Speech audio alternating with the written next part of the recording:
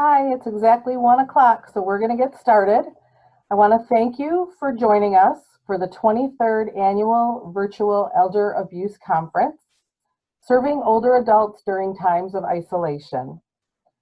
This conference is presented by the Syracuse Area Domestic and Sexual Violence Coalition's Elder Justice Committee. My name is Lori DiCaprio Lee, and I am the ID Theft and Outreach Coordinator at Vera House. Before we begin today's presentation, I'd like to acknowledge some recent events. The COVID-19 pandemic has highlighted issues of inequality. Older adults, those who live in poverty, and members of Black and Brown communities have been more severely impacted. The Elder Justice Committee values all older adults and stands in solidarity with the Black community. We pledge to uplift the voices of Black people in our community and strive to fight the injustices that have led us to this moment. Thank you. I want to move on to some other announcements. All webinars offered during this conference are free, thanks to the generous support of our sponsors. And I want to particularly recognize our platinum sponsors, Loretto and Onondaga County Department of Adult and Long-Term Care Services, our gold sponsors, Syracuse Jewish Family Service and Wegmans, and our silver sponsors, Alzheimer's Association of CNY, At Home Independent Living, Community Bank, Countryside Federal Credit Union, Crouse Health, Fulton Savings Bank, Syracuse University School of Social Work, and Touching Hearts at Home. More information about all our sponsors can be found on the Vera House website. The support of these sponsors not only funds this webinar series, but also extends beyond the conference to continue elder abuse education and prevention outreach after the event. One last announcement before we begin. The chat feature is disabled, however, you can ask questions by using the Q&A feature.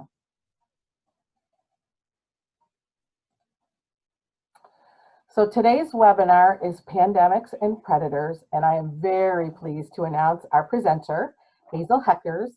She is a Victims Assistance Coordinator at the Colorado Bureau of Investigations.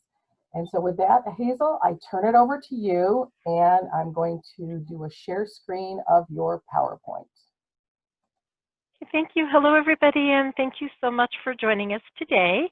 I am going to, after just saying hello to you, I am going to go ahead and stop my video feed so that those of you who are using the interpreter can concentrate on Brianna.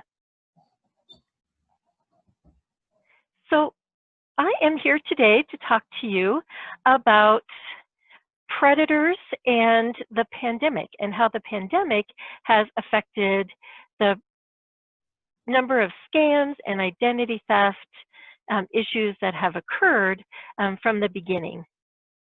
So I work at the Colorado Bureau of Investigation in the Identity Theft and Fraud Unit. I actually direct the Victim Assistance Program, which serves the entire Bureau, but we have a special project with the Identity Theft and Fraud Unit. So next slide, please. So I have been in law enforcement for over 30 years, and this is not my first career. So you might guess from that that I myself am considered a senior. So when I talk about elder abuse, it's very personal to me now. When I first started working in victim assistance back in the 80s, I started out as an elder abuse expert. It was a passion for me and something that I was very interested in. In my previous career, I was a therapist and had worked with a lot of older adults and people in hospice. And so it was a place that was near and dear to my heart. Fortunately, I was able to participate in a movement to pass Colorado's first abuse of at-risk adults laws that put elder abuse and elder financial abuse on the books and created some enhanced penalties and a few other issues about speedy trials and that sort of thing. And then years later, we were finally able to add mandatory reporting. As part of this, I was able to facilitate the first law enforcement protocol to support victims of caregiver abuse. So this, for me, was really important. We were finding that when people who lived with their caregiver, and the caregiver was also their abuser, didn't have a lot of choices. They had the choice of calling and reporting the crime and having their caregiver arrested, and then being forced out of their independent living situation because they didn't have a caregiver, or living with the violence so that they could maintain their independence and their caregiver. So this protocol allowed us to arrest the offenders and remove them from the home, and then provide a full-time caregiver support system paid for by victim assistance funds for that person, while Human Services then found something more long-term. So it was an opportunity for law enforcement to actually do what they needed to do to keep people safe. So we were really proud of that. It took a lot of agencies coordinating it. I just was lucky to be a part of that. We also, in the course of that, designed some cross-training for law enforcement and departments of human services, so we could all be on the same page and use the same language. Where a caseworker would say elder abuse, we would say assault against the elderly. And so we had to get on the same page and say the same thing. After a while, I moved on and became an expert in working with homicides, with the co-victims or the surviving family members of somebody who was murdered. And in the course of that, became really interested in identity theft and scams. We saw so many people whose family member had been murdered, finding that their loved one's identity was being used by an identity thief, and they themselves were getting scammed by people all over the place about all sorts of different things. So it got me very, very interested in that. And then about 11 years ago, I moved over to the Colorado Bureau of Investigation to become an expert in identity theft and scams.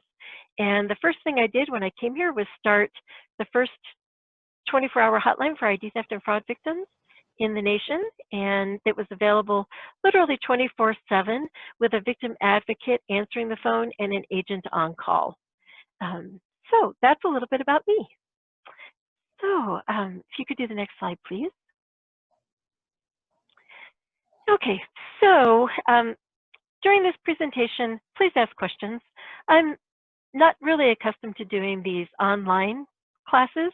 I'm much more comfortable with an in-person class where I can look at the audience and see that you have a question or that something I said didn't make sense, and I could interrupt and answer those questions. So I'm going to ask you, please ask questions. Even though it'll be in the question box, please ask questions, and Lori can let me know when those questions come up. And, you know, I can't do interpretive dance for you in this tiny little office space that I have. So you'll have to get a real answer. Okay, next slide, please. So this is pandemics and predators, how scam artists and identity thieves are exploiting the pandemic for their benefit. Next slide, please. Okay, so we'll start out with kind of a definition. What is a predator? Well, the dictionary definition is it is an animal that naturally preys on others. Next slide, please. But another definition of a predator is a person or group that ruthlessly exploits others. So as you can see, the vicious mean wolf from the previous slide has transformed into this lovely gentleman with his bow tie and his cute little shirt. You can dress them up, but they're still criminals. And so we want to remind people that no matter how slick and how believable, even how charming a predator might be, they're still a predator. Next slide, please. Lori, could we move to the next slide, please? Sorry, Hazel, I was answering a question. There we go. Ah, yay, questions coming in already. That's so good. So here are some of the impacts that the COVID-19 seems to have had on everyone, and the biggest one is isolation. And we all know, those of us who work with older adult populations, that isolation is especially challenging for older adults. It's challenging for anyone, but for people who are in a domestic violence situation, or for an older adult who may be in a caregiver abusive situation, or someone who may just not be able to get news or information the way they normally do, isolation can be devastating.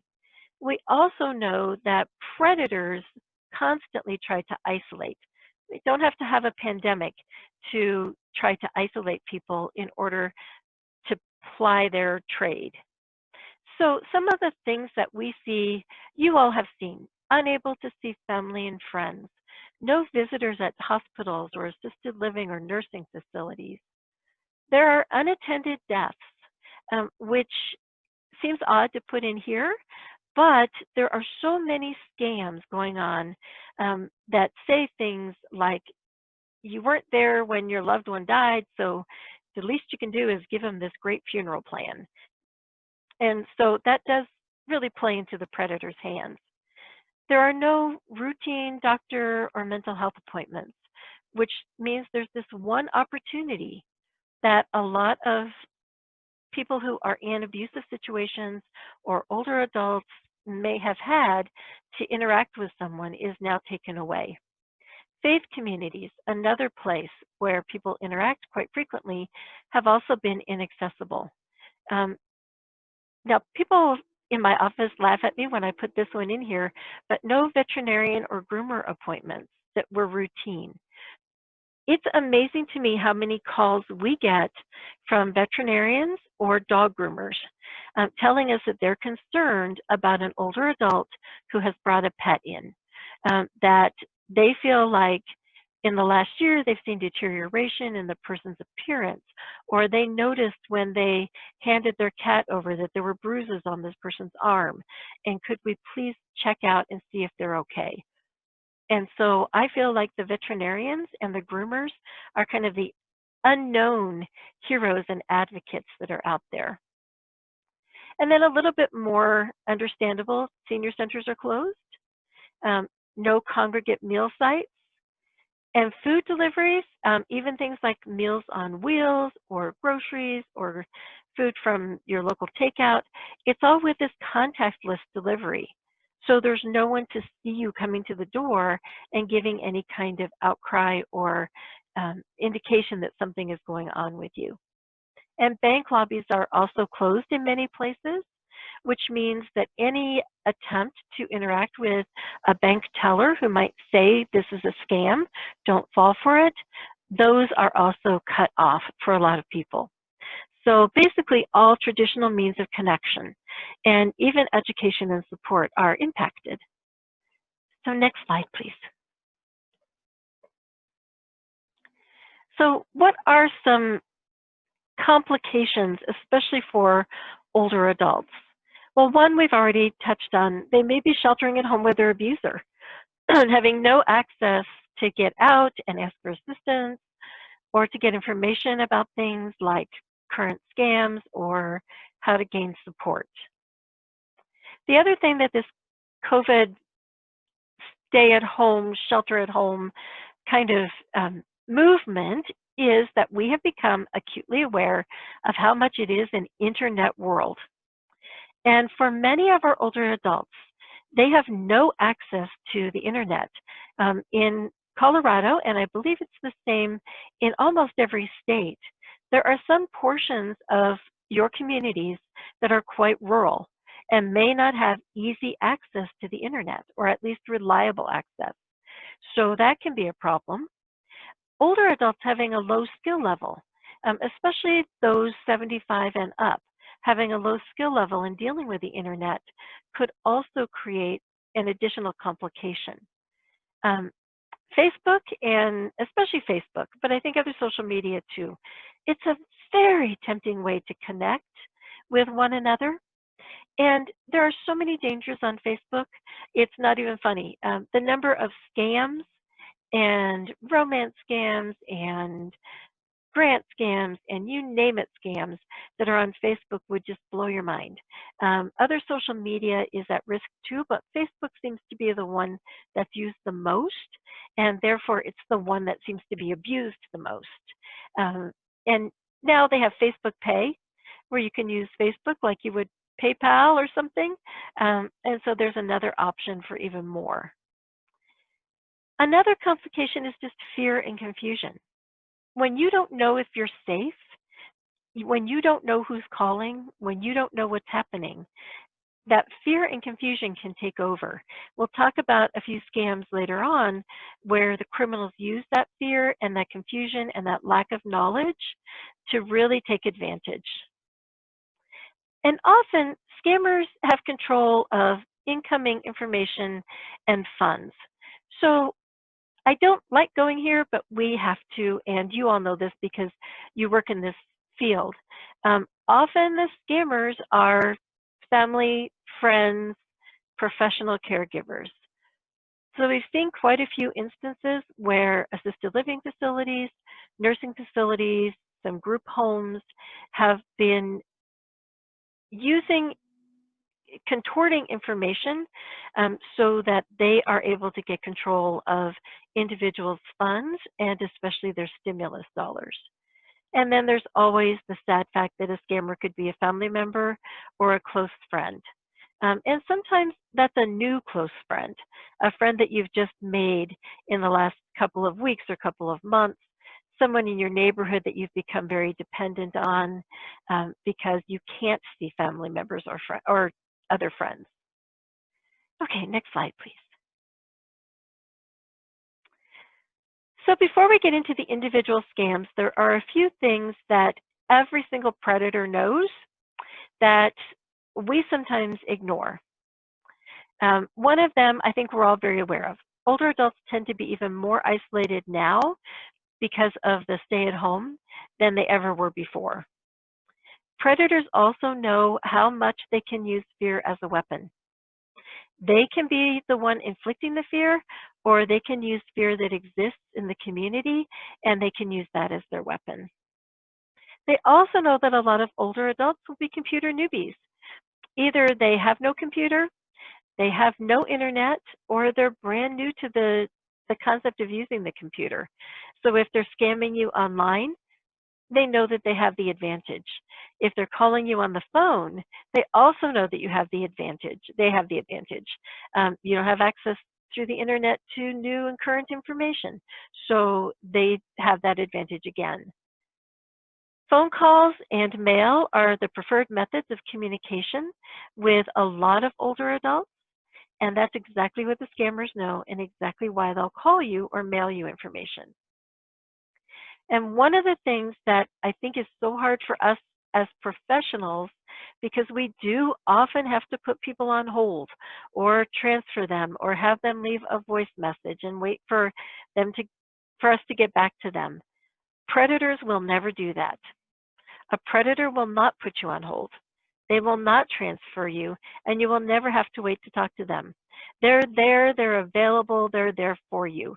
They come across as the good guy, and they use kindness, and I put that in quotes for a reason because it's killing you with kindness. They're being so kind while they take your money. So they're giving you the hug and stealing your wallet out of your back pocket.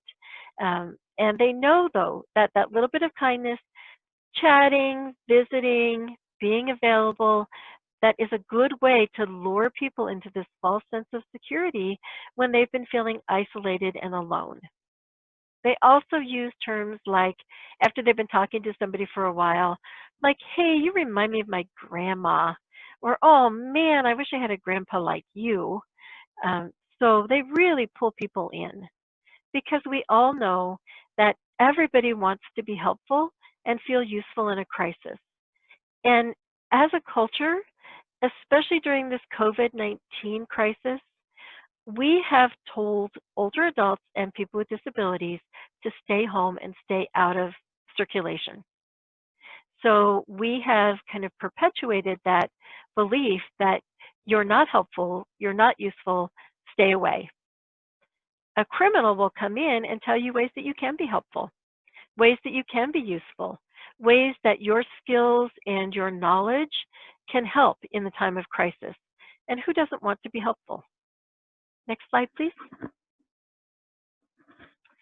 So I just thought I'd let y'all know that there are a lot of scams on the internet nowadays. And in the Q&A box, Lori can give you my address. If you just send me 1995, I'll tell you how to avoid all of them. So hopefully you know that that's a joke and nobody's asking Lori for my address. Okay, next slide, please. I just throw that in to remind you that even people who sound like they're professionals, who look like they're professionals, and who quote all sorts of credentials could be a scammer. So during this time, there are two kinds of scams. One of them is the new scams that are related to the virus, and some are the same old scams, but they've repackaged them because of the virus. So we have some things, there's an opportunity for new scams. The big opportunity for new scams has been around the virus itself. Fake cures, fake immune system things, fake tests. We'll talk a little bit more about those. And the other thing is stimulus dollars. That's a lot of money to be out there. You gotta know criminals want to get their hands on it. And they will do whatever they can to do that. And we'll talk about some of the ways they do that. And then there are new ways to exploit the situation with old scams. People are at home more. People are afraid. People might be lonely or feeling isolated. They have loved ones who definitely could be in need. They could have a loved one who has the virus and who needs help, or who has lost their job and needs help. So they could very well have a loved one in need. People are using computers more, some for the very first time, and they may not know how things work on their computer, like the webcam and that sort of thing. And then people need help with day-to-day tasks. So the scammers who are willing to do in-person scams know that. They know that there are people out there who need help with things that family might have normally helped with, but haven't been able to. And they're right there willing to help out while they take all your money. And they also know, again, that everyone wants to feel needed and loved and valued. Okay, next slide, please. So let's talk about some of these new scams. Now, I'm going to go through these relatively quickly because you've probably heard about a lot of them. But if you have questions, feel free to ask them. And if you want more information about any of these, I can give it during this presentation, or because it's a fairly short one, my contact information is in this PowerPoint, and it's as a handout for you as well. So you'll have all of these slides and all the contact information in your handout. And you can call me anytime. And I do mean that, just call anytime and we can go over these in more detail. So the first big new scam of the virus is the stimulus funds. So a lot of people complained to us that they were getting phone calls from scammers that said that you can get your stimulus dollars faster, you could get more, you can get anything you want if you let us help you.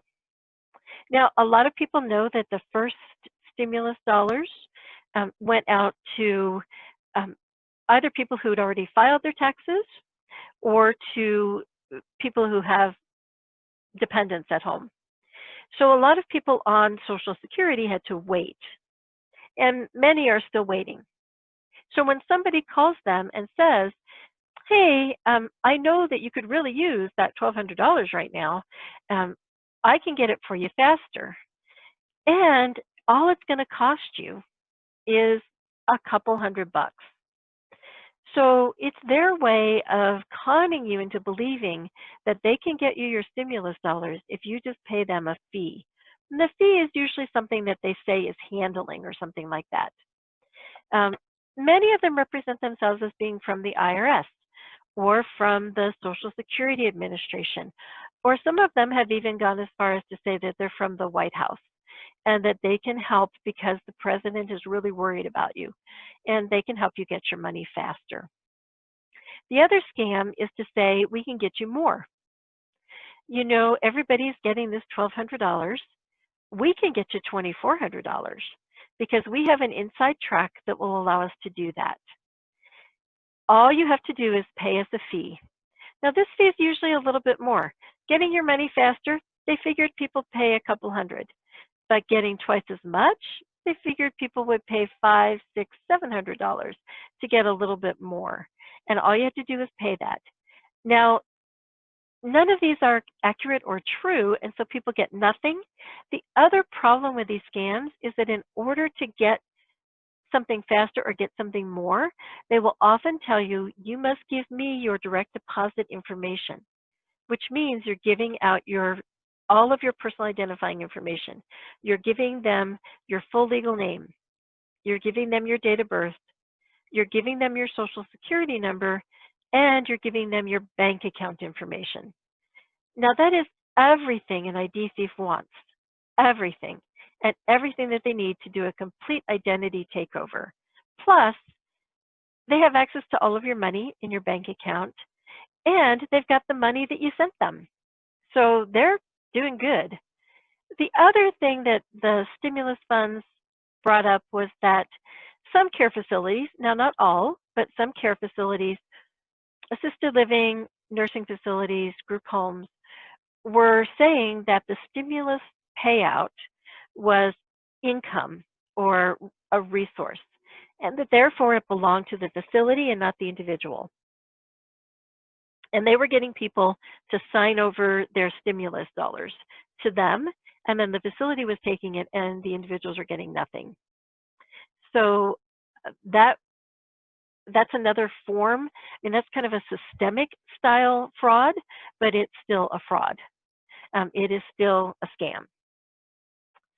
The other area, and I'm telling you, we saw this in Colorado, and I believe that it was being seen back on the East Coast way before the stay-at-home orders even went out. We were seeing these as early as February. Treatments and cures. People online claiming that they had the cure for the COVID-19 virus. People online saying that they had immune boosters that would prevent you from getting the virus. People that had treatment that would reduce your risk of getting really, really sick. People who had vaccines that just had not yet been approved, but they were a secret vaccine being used somewhere else. Oh, Canada's using it, or they're using it in Germany, or you didn't know that it's being used in South Korea, did you? Those kinds of vaccine scams. And then all natural treatments or cures or preventions. Now, I'm not saying that there are no immune boosters and that there aren't natural treatments or natural prevention. There are, but we're talking about the actual scammers, people who were putting out products that were really nothing more than placebos in the best case scenarios, and in the worst case scenarios, they were actually dangerous. And they were claiming that they had this great thing and selling them to people for huge, huge, huge amounts of money. The other thing they were doing was setting up great websites where you could order hundreds, even thousands of dollars worth of these things, and then you got nothing because they didn't have anything. And so they just kept on doing the scam that way. Okay, next slide, please. So then, of course, there's testing scams. Now, I don't know how quickly this happened in your community, but in our community, the ability for everybody to have access to a test has not been quick in coming. You had to have a lot of reasons to get a test, including a referral from a medical professional. But these testing scams, they would contact you by email, by text message, by phone, and they would say to you, you can get testing. You can get testing through us. It's very fast. You pay for the test, we'll send it to you. You take the test at home, you send it back to us, and within 24 hours, we'll have an answer for you about whether you have the virus or not. It's easy. You've all heard the horror stories from the president himself about how nasty the COVID test is. But ours is easy. You just spit on something. It's easy. You know what? You don't even need a doctor to order this. You just pay us this small processing fee, and we'll make sure that we get this taken care of for you. And here was the thing that suckered in a lot of people. Even people who didn't have any concerns that they had the virus or any concerns that they might be passing it on to others, they would say, if you test negative and if your family tests negative, you and your family can see one another. You don't have to maintain social distancing. You can be in one another's homes. You can give each other hugs. You can see those grandkids you haven't seen in a while. You can have your son come over and take care of you. You can do whatever once you test negative, but they have to test negative too. So not only do you have to pay for your test, but you could pay for your 5, 10, 15 family members to also be tested. And then there was the follow-up scam, which was, oh, you know, that test is only good for 10 days. So you have to keep taking this test every 10 days and paying every 10 days. So that was a great scam. There are a lot of people getting a lot of money out of that scam. And then, excuse me, and then there's the new one for contact tracing. Now this one affects mostly people who have smartphones, but it has also impacted other people as well. And that's that you get a text message or an email. They really like using text messages saying you have been exposed. We believe that at such and such a time, and they just make stuff up, you were exposed to the COVID virus and you need to get in touch with your medical professional right away and get testing. And we need to find out who you've been in touch with so we know who you might have gotten it from and who you might have given it to. So click on this link to get more information, and then give us all of your personal information so that we can trace who you know and how you know them. And the other thing is you're going to have to pay for this. Excuse me, that's not COVID-related cough. That's just an allergy cough. The other thing is you're going to have to pay for all of this. So here's the problem. If you click on that link, you have downloaded malware onto your phone or to your computer. Once the malware is there, they can install spyware, ransomware, whatever. Nothing that you do is now safe. They have all of your contacts on your contact list. They know everything that you're doing because they've got the spyware on there. So it's really malicious and it's really nasty.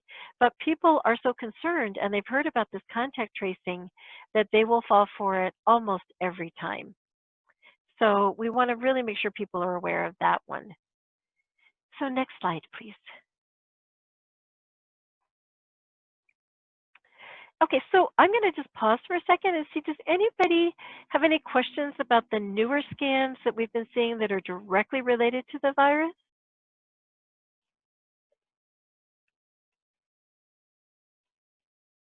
We do not have any questions about that, Hazel. The questions in the beginning were about logging in and, you know, hearing and so on. So we're good. Okay, well, don't forget to ask questions. I want to know you're all there. So here's some of those same scam packaged up in a different box kind of thing. So we've kind of put these in the order in which we see the prevalence.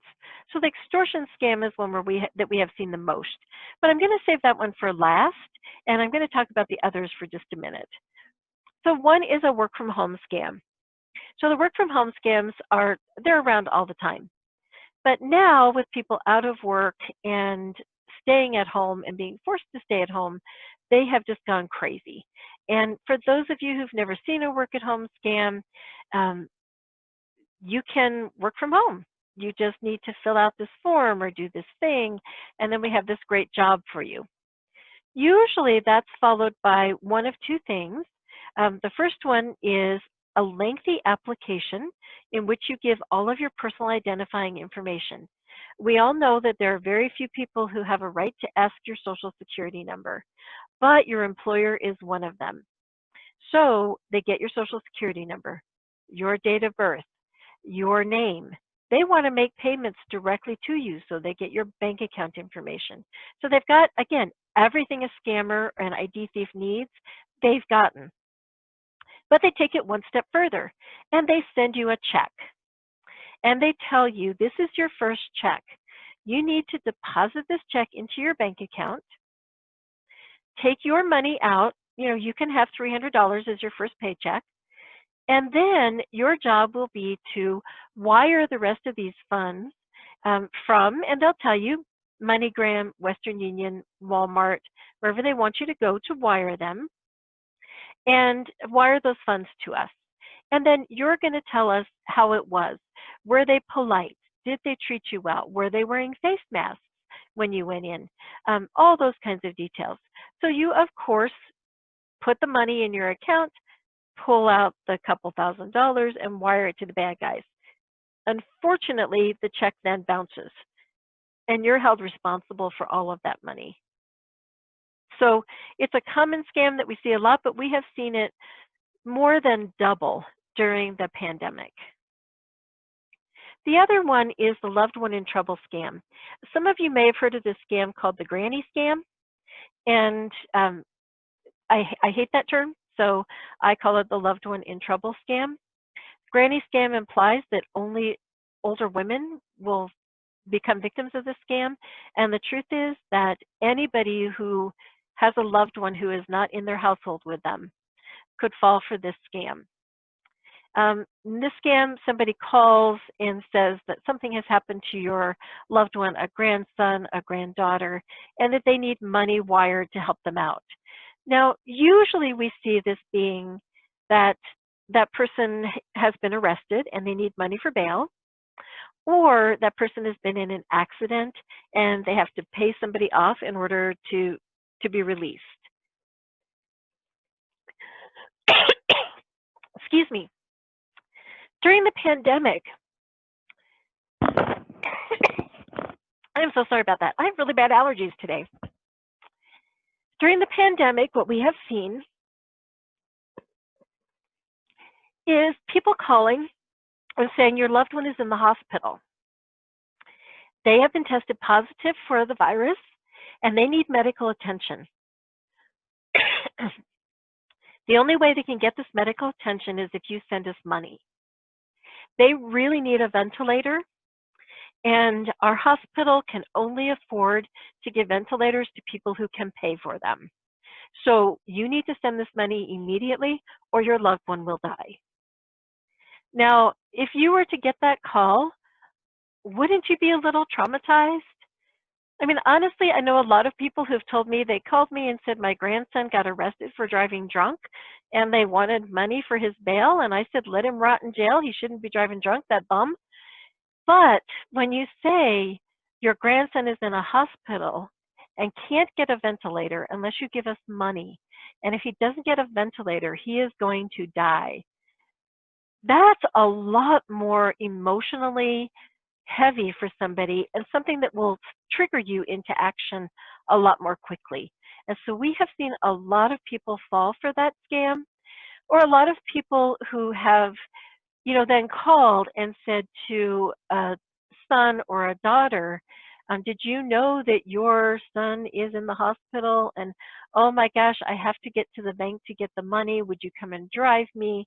And then that younger person will call us and say, hey, somebody just tried to scam my mom out of $5,000 saying that my son was in the hospital and my son is right here. So we have seen that one escalate tremendously as well. Another one that we don't see very often, but we see it occasionally, and now during the pandemic we've been seeing it quite frequently, is someone receiving a letter in the mail.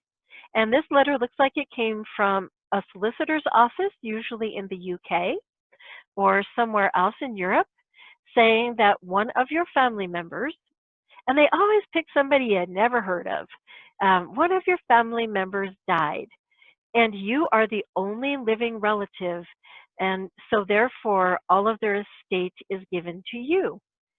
There's a few things that I need for you to give me to verify that you are this person. Your name, your date of birth, your social security number. You kind of get it, right?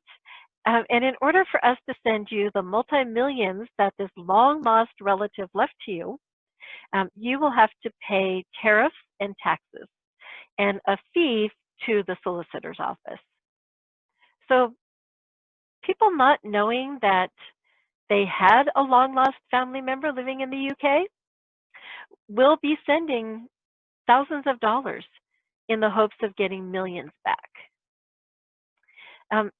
The lottery and grant scam is very, very similar, and you've probably heard about that. You've won the lottery.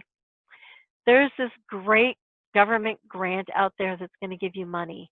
And again, they use, in both of these situations, they use the pandemic as an excuse. The grant money that's available from the government is to help people out who are in financial straits during the pandemic. Everybody who's over the age of 65 is eligible for this grant because we assume that you have some challenges. You have extra expenses. It's a $10,000 government grant, and you can get it for nothing. All you have to do is send me your application fee, and I'll get this money for you. And the application fee is usually somewhere between $400 and $1,200. And then, of course, after that, you've got the grant, but you have to pay taxes up front. And don't worry, when your grant comes, all this money will be reimbursed to you.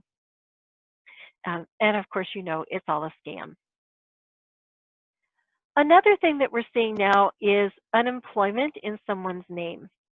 Now, this is a form of both fraud and identity theft that happens all of the time, but we're just having it come to our attention now. There are a lot of people who are using somebody else's social security number for work. The majority of people using somebody else's social security number for work are doing it because they are undocumented and don't have their own social security number.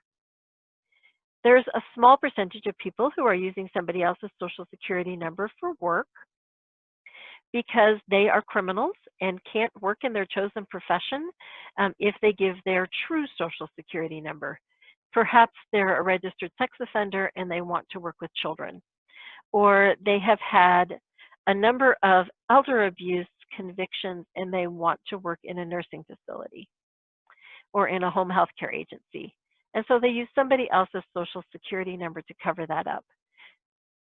It doesn't really matter what the reason is.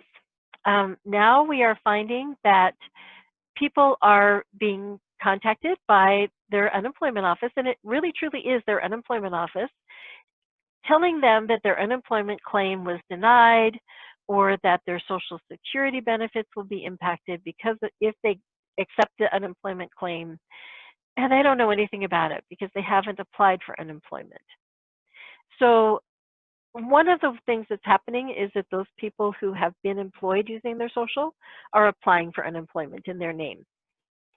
The other thing that could be happening, and has happened in a couple of places, is that somebody's just stealing social security numbers and putting in 15, 20, 30 unemployment claims. And you find out about it when you apply for unemployment. And we do have a lot of older adults who have that secondary employment. Maybe they're a greeter at a local hardware store or something like that, who have been putting in for unemployment and finding out that somebody else is collecting it in their name. Another one that we see happen frequently is the new best friend or the hired help. And that's somebody who is, you don't know who they are, but they show up at your door and they're going to help you out. Maybe they delivered groceries from your local grocery store for you, and they are your new best friend, and they're going to help you out with everything. And what they do is help themselves to your money, sometimes your belongings. And it's a very abusive relationship. And we've all seen that happen. We are seeing that increasing tremendously during the pandemic because people are isolated from their family and their normal resources to get that kind of support. Sometimes it's a neighbor. And who doesn't want to trust their next door neighbor? But you don't always know who you live next door to. So we're seeing that happening quite frequently. And then romance scams, you all know what the romance scam is.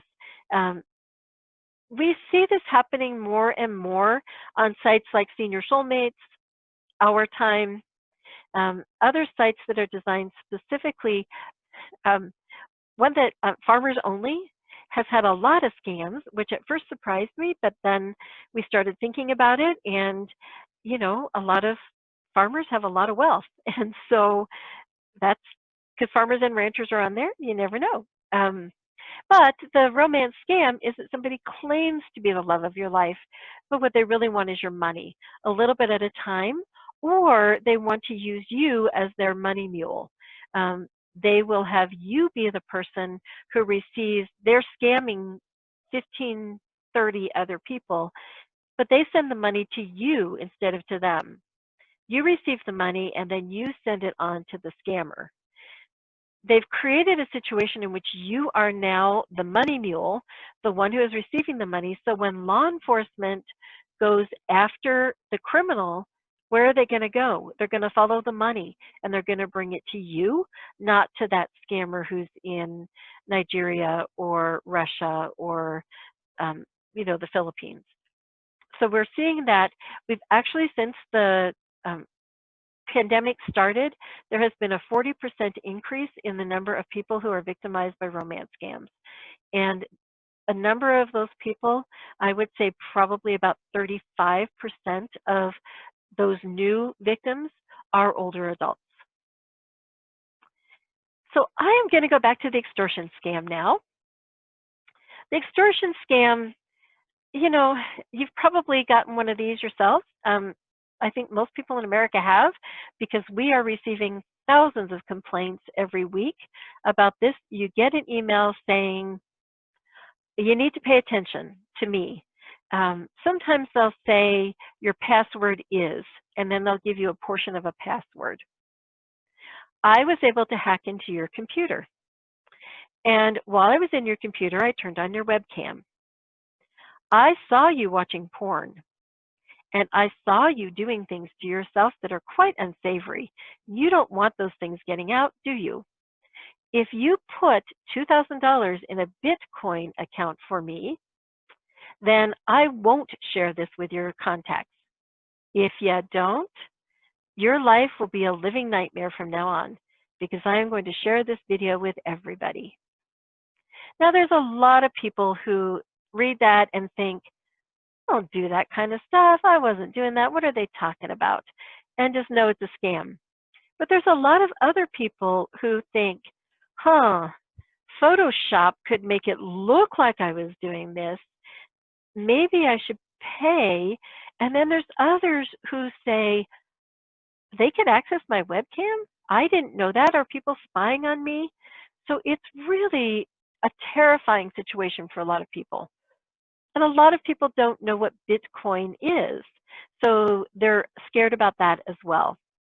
So this is a scam that, like I said, it has skyrocketed and gotten out of control with a number of people. Now, the reason the criminals choose Bitcoin is the same reason they choose gift cards.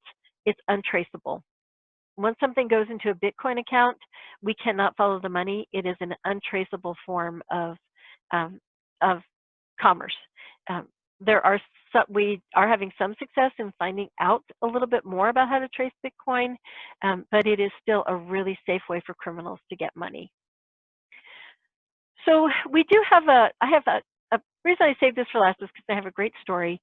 There was a really unexpected outcome for us of this kind of extortion scam. A lot of older adults called us about this scam. Some of them terrified, and some of them just really ticked off. And quite a few of them finding the whole thing hilariously funny. They would say funny things to us like, well, you know, if they want to watch a 76-year-old guy do that, let them have at it. Or, well, I don't think my friends would like to look at that. So, or one guy called and said, you know what? I just told them you go ahead, and if any of the women respond, woohoo. So they have a very healthy and positive attitude about it. A group of these older adults who were victimized and contacted me again over the course of a couple of weeks and asked if this was happening to other people in their age range. And most of these people were people in their early 70s to their mid to late 90s. And they were asking, are there other people? And I told them there were. And most of them were asking if they could reach out to each other and talk. Well, not wanting to give each other's phone numbers out, I set up a Zoom meeting so that they could all meet, no cameras, just audio, so that they could all meet and talk. I stayed on and facilitated to make sure there was no nastiness or anything like that. But the amazing thing was how supportive they were of each other. Oh my gosh, you got that? Me too. Well, did you get this scam? Yes, I did. Hey, did they call you about this? Did you get this letter? Did you see this thing? Did you look at that? And they started sharing all these great stories about all these other scams that were out there. And they also started talking about trusted resources. Hey, did you know you could go to AARP's website and get information about this? Did you know this existed? Did you know that existed? So now these were older adults from the four corners of Colorado. And we're a very large rural, more of Colorado is rural than it is urban. And so these are people from small communities where there was no way for them to reach out to somebody in their own community, and they were reaching out to each other. Well, ultimately, I got out of the group and they stayed together. Many of them have shared phone numbers and are supporting one another that way. And then they called and asked, as a group, called me and asked me, are there older adults out there who are terrified, who don't have the fun attitude that we have, who are scared about this scam? Could we talk to them and comfort them? And so I reached out to those victims and asked them how they would feel about it. And many of them said, yes, I want to talk to these people. So now this group refers to themselves, they call me every week, and they refer to themselves as the Senior Sex Club. But the thing is, the extortion scam is not something that I ever thought would bring people together, especially not older adults. But it did, and it brought them together in a healthy and positive way. So it just goes to show you that no matter what, older adults are going to find a way to make something positive out of it. So next slide, please. Hazel, we just had one quick question before we go on to the next slide. Someone was asking about you seeing the increase in these types of scams since the pandemic. And can you talk about at what rate you're seeing that increase? Sure. I would say that for the romance scam, we have clear and concise data from the FTC that it's about a 40% increase. For the extortion scam, I would say that we probably, just our office, would get maybe 5 to 10 calls a month about that scam, and then we went to about 10 calls a day. So that was a pretty large increase. The FBI told us that they were getting over 1,000 calls a day just in our Colorado office. So when you look at Colorado being fairly small compared to the rest of the nation, that's a pretty dramatic increase. Work from home, I would say that we've seen probably about a 25 to 45% increase. And some of the other scams, it's a smaller increase, but some it's pretty dramatic, like the loved one in trouble scam. We have seen that one, and all we have to judge by is what's reported to us. So in the reports to us, we've seen that almost double. I don't know if that answered the question.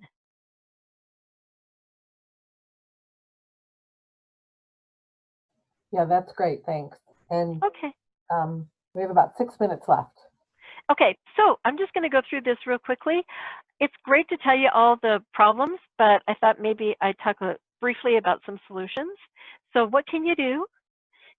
People are always telling me you got to get your ducks in a row, but that's why I love this little cartoon. Okay, next slide, please. So education is really a key here. So, I would love it if you would share your ideas with me. My email is at the end of this presentation because we want to get information out there and we're willing to do whatever it takes. But it's hard to know how to do that when there's so much isolation. So we've done mailings. We've done inserts in home deliveries like meals and groceries, that sort of thing. Some PSAs on the local news, but also on the local cable channels. So in some of our rural areas, cable is more accessible.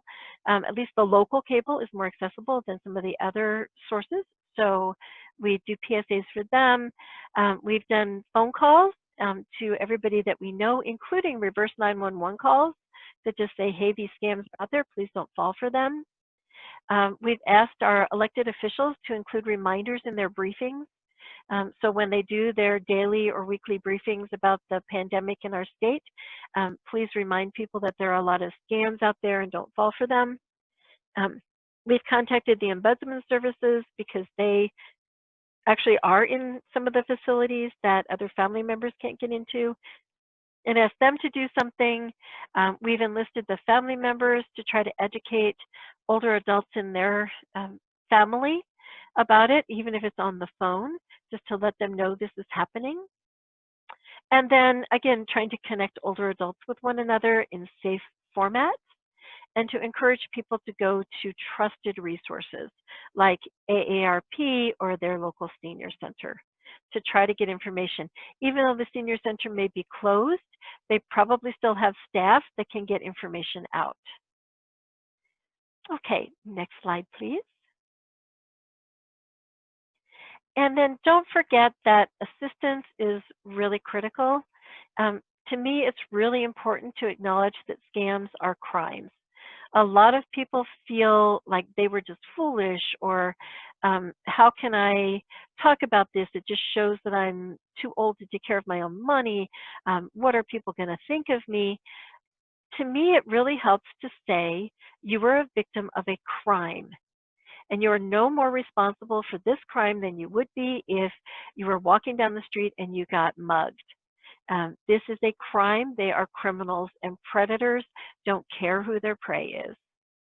And then just validate their feelings. I understand why you feel that you shouldn't have done this or that your kids might think that you're not capable of taking care of yourself. I understand how that feeling could happen. I believe that, but you're not alone. A lot of people are victims of this kind of predators.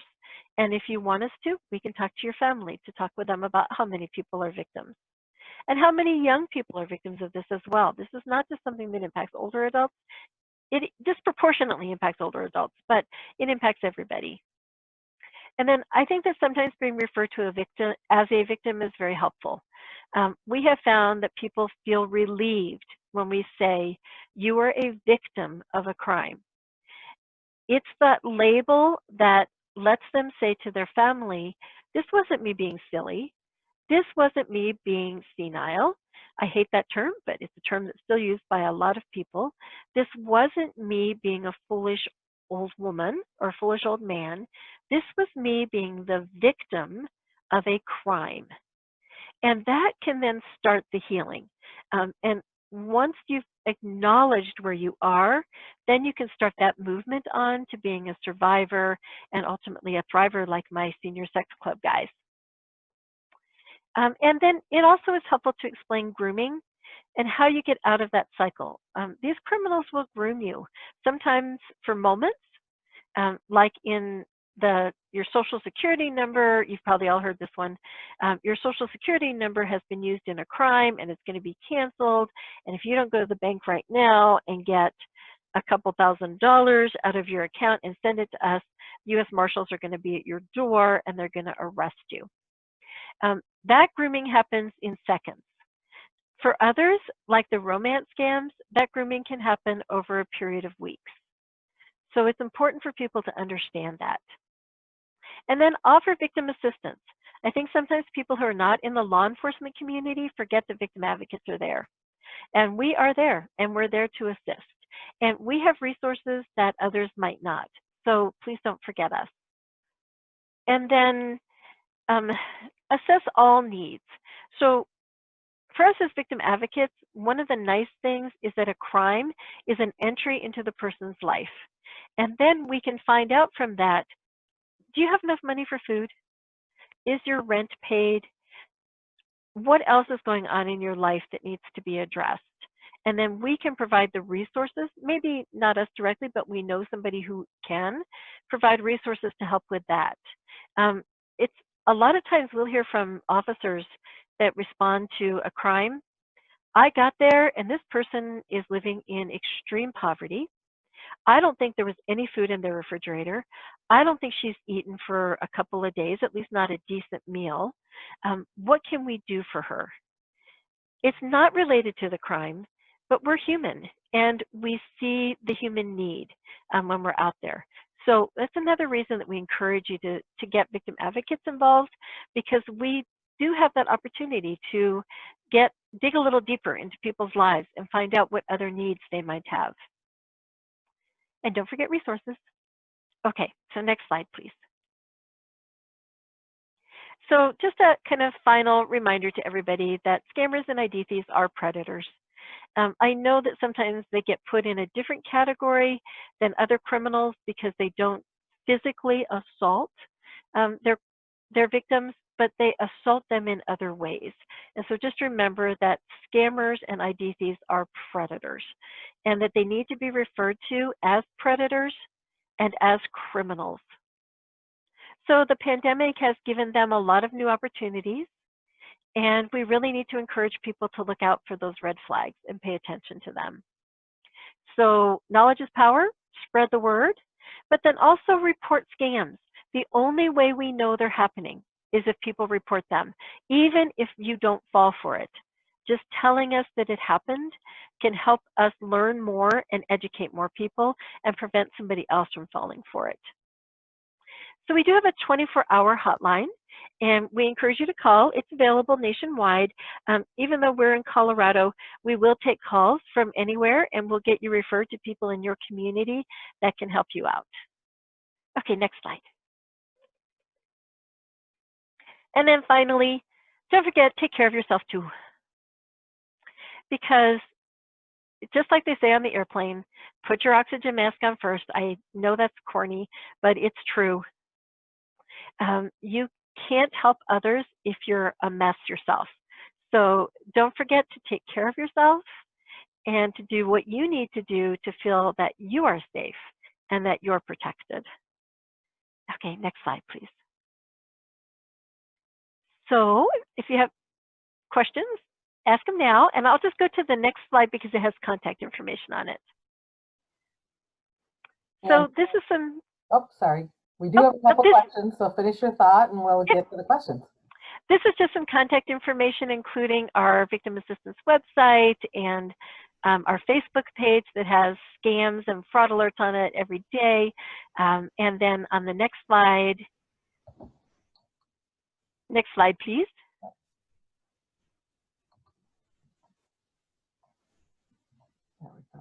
Here's again our 24-hour support, and you all have this. So our 24-hour victim support, we're available 24/7 every day of the year. We'll provide that hand-holding and those first steps and prepare you for the future and then do some education. So, and then on the next slide, I think it's the next slide. Yes, here's how you can get a hold of me directly. Okay. Okay, so questions. Have you come across scams masking themselves as real sources, like computer scams pretending to be Microsoft or Apple? Scammers are getting very sophisticated. Yes, we haven't seen that increasing a lot during the pandemic, but it's a pretty common and usual scam that we see, where we do see a lot of people calling saying they work for Microsoft, saying they work for Apple, trying to gain access to your, it's twofold. There might be an email where they want you to send your password and your login information, claiming that there's a problem. And then the other one is where they call and they actually spoof a phone number. So it's a legitimate Apple or Microsoft phone number, but it's spoofed. And so it's not really Microsoft or Apple calling. And then they remote access your computer. And once they're in, they steal everything. So if you've got things on your computer that they could take, then it's history. They've got it. So if you would like to email me or call me, I can send you some of our steps that we try to teach people about in advance to make sure that they not only don't fall for the scam, but if they do, there's nothing in their computer that people can steal. So or at least there's reduced risk of there being something on the computer people can steal. So we'd be happy to share that with anybody. And really, I'm not particular. Take the, you have it in your handout, so take the PowerPoint, share it with anybody you want to, use it as your own, put your own stuff in there and use it. I don't care. I just want the information out there. I'm not possessive at all. And someone did ask if they're able to obtain a copy of the PowerPoint, and they can reach out to you or me via email, and either one of us can send it to them. Yeah, in your handouts you have the PDF of it, but if you want it in PowerPoint format, sometimes it doesn't translate well in the Zoom handout, so that's why I PDF'd it. But if you want it in a PowerPoint handout or format, you could certainly just email me and ask for it. Okay, so we're a little bit over time, so I want to end now. I want to, I'm going to stop sharing that screen, and you're going to see all of us again. And so I want to thank Hazel, our presenter. That was amazing and so much good information. And I also want to thank Brianna for doing sign language interpretation for us today. And if anyone has any questions, again, you have Hazel's contact information and you have mine, and please feel free to reach out. So thank you for joining us, and have a good afternoon. Hey, Lori, Yes. Is it possible for anybody who still has questions to stay on this meeting after we finish? I don't know about that, Hazel, because once I end it, we all go away. Okay. Well, then just call me or email me. Okay. Thanks, everyone. Thank you all so much. Bye. Bye.